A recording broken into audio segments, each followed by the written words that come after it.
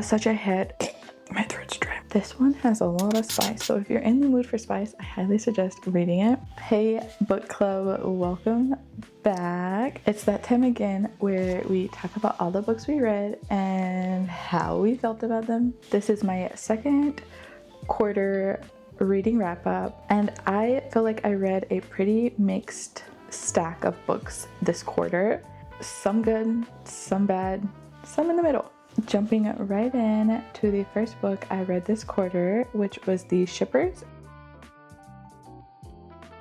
I gave this book a 2.75 stars. This was an arc for me, and unfortunately, I have to say I wasn't the biggest fan. The characters are fully fledged, fully established adults. However, I just felt like a lot of their dialogue and communication and decision-making style was straight out of like a high school rom-com, and I truly just kept picking apart their behavior instead of getting fully invested into the story. A lot of the plot was also very, very predictable in my opinion, and when you combine that with the miscommunication, it just didn't work out for me.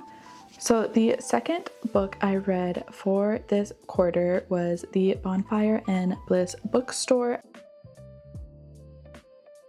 I gave this one a 3.75, and I actually really enjoyed this one. The main thing that brought the rating down for me was once again the lack of communication between our main character leads. And just the whole man who has sworn off love and refuses to communicate his feelings, even though they're so obviously there, mixed with the miscommunication throughout the book between the main leads, just really started to frustrate me. But with all that being said, this was still a really cute read, and I truly loved that the female lead is a curvy, mid-sized queen.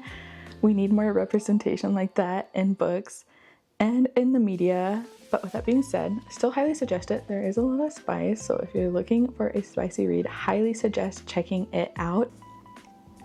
The third book that I read for this quarter was the Safekeep.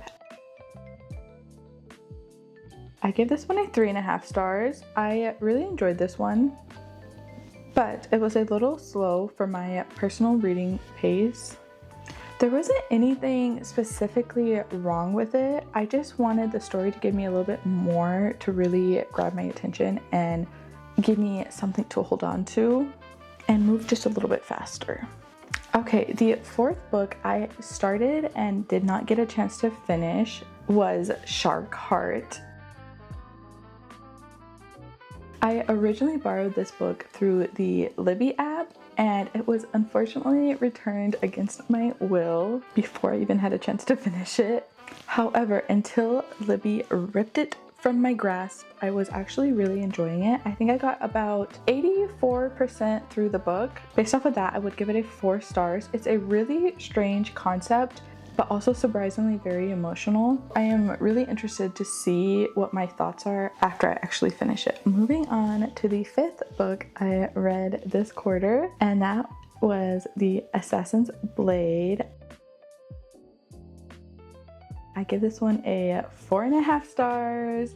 Do I even need to say more? I love this series. I am actually extremely late to reading The Assassin's Blade, because yes, I have read the entire Throne of Glass series and the ACOTAR series up until what's currently released, and I truly thought that prequels were just kind of optional reads, and apparently they are not. However, I am glad I have read it because I feel it added a lot of emotional context to the storyline. Okay, moving on. After I finished The Assassin's Blade, I was in a little bit of a slump, so I just wanted something that would kind of keep me on the edge of my seat and suck me in without really having a lot of emotional attachment. Cue the Housemaid books. I started off strong with The Housemaid,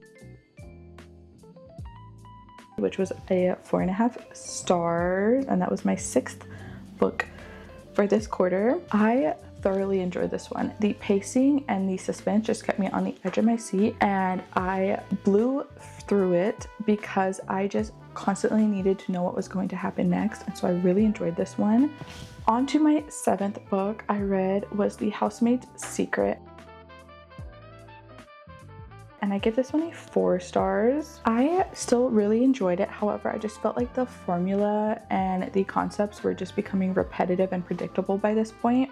Moving on to my 8th book, The Housemaid's Wedding. I gave this one a 3 stars. And I don't feel like it was bad, but I don't think it was great either. I just personally felt like it was an unnecessary short story that I don't think added enough to the series to make me feel strongly about it either way. Okay, moving on. Let me get into a new position because my legs is cramping. They're cramping. My hair is frozen. I'm sweating. It's hot. Moving on. I did try to read The Housemaid is Watching. However, I did DNF it, and with that being said, hear me out. By this point, I just felt like everything was so repetitive. The writing style and the character development. On top of that, I got a good chunk of the way through before I did DNF it. However, by that point, I was really struggling with Millie's wishy-washy personality. When she started out as such a my throat's dry. When she started out as such a headstrong female lead, and I just felt like it wasn't true to her character development and who she could have become. With that being said, does this count as my 9th book for this quarter? Yes or no? I'm not sure. I'll leave that up to you to decide. Let me know down in the comments. I know a DNF is considered a DNF, but like I feel like I read the majority of it, and I might have looked at spoilers after I got a little bit annoyed with all of the stuff going on. Okay, moving on to after DNFing The Housemaid, I did pick up another standalone novel, and this one was called The Empress. I gave this one a 3 stars. I felt like it was a really good book, and it was just very, very, very slow again for my reading, for my pace. There were parts I thoroughly enjoyed, and I loved a lot of the information and knowledge it shared, but there were just parts that like were very slow and hard to follow for my reading pace. Okay, next up we have the Project Hail Mary, which was easily a 5 stars for me. This was my first indie weird book, and I became completely obsessed with it. Easy to say that this is my new auto by author. I loved the story, the problem solving, and the humor, and just how it kept me hooked even when it was explaining like scientific or technical concepts. I truly did not want this one to end. And with that being said, because I loved Project Hail Mary so much, I immediately read Artemis and The Martian. I gave Artemis a 4.75 stars and The Martian a 4.5. Neither of them hit quite as strong as Project Hail Mary, but they were still really strong standalone reads, and it's safe to say at this point that I'll probably read anything Andy Weir writes. Okay, lastly, I did read, it's a reread, I read The Wife Between Us, which I gave a 3 stars to. I reread it because I had completely forgotten how this one ended, and after finishing it again, I now understand why the ending didn't really stick with me. It wasn't a bad read, but it clearly didn't leave much of a lasting impression, and that's probably why it didn't stick with me the first time I read it. Okay, so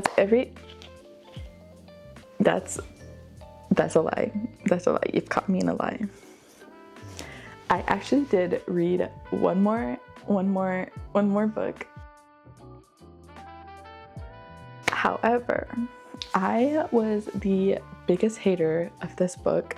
I recently read the the ebook, and my tune has changed, to say the least.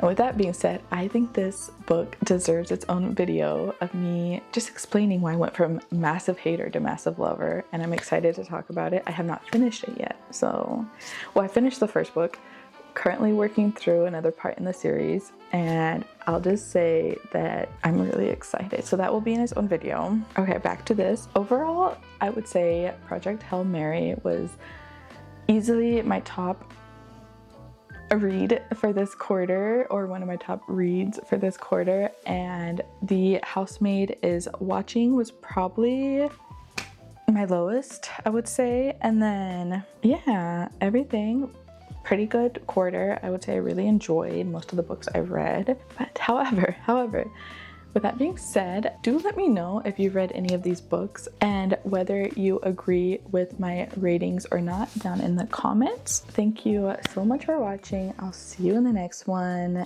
Toodaloo! Thank you so much for watching, and if you liked this vibe, please don't forget to like, comment, and subscribe, and also check out some of these other videos.